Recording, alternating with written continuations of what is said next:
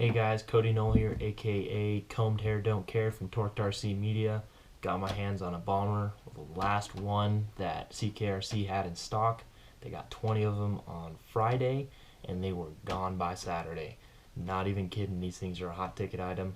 Hopefully we'll be getting some more of these things on Monday, that's what I'm hearing. But I know there's not a lot of information out there, so I figured I'd go ahead and do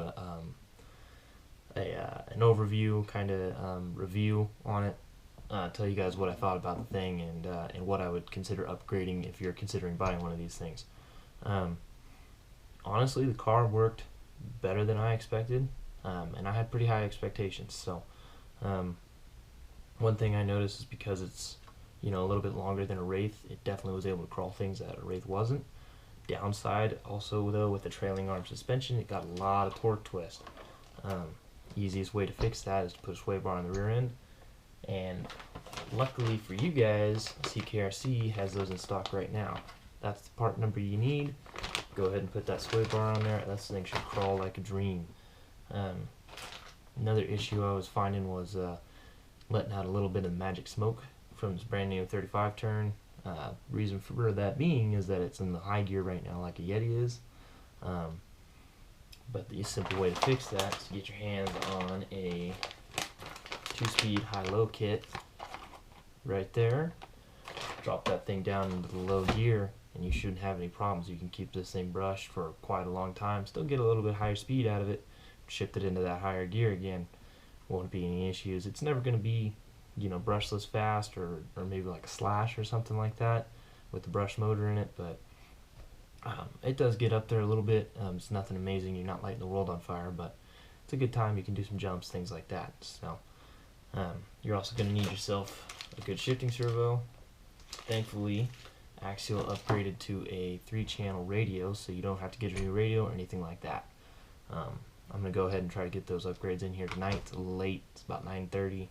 Get close to 10 o'clock. I'm going to be up at 5 for work tomorrow, so we'll see if that happens or not. But other than that, performed really well outside the box. This compound tire is quite sticky for what it is. It's not quite a R35, but worked really well for this car and how it was set up. So suspension wise, I think it's definitely going to handle better at higher speed than a Wraith.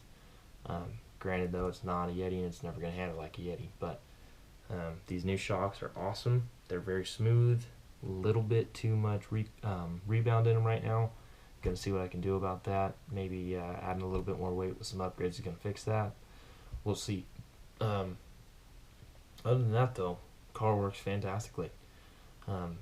Big shout out to Axial making this thing happen. It's a lot of fun. So if you want to see more videos, subscribe to my YouTube channel, James Knoll, and follow Torqued RC Media on Facebook.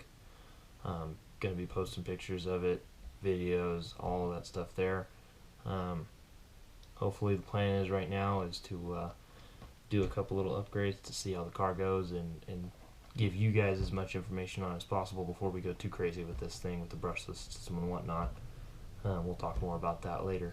But eventually I think this thing's gonna get raced in the Ultra class at Axial Fest, as well as Terracross, things like that, and then UAR series here in Reno too. So it's going to be a lot of fun. Can't wait. Stay tuned.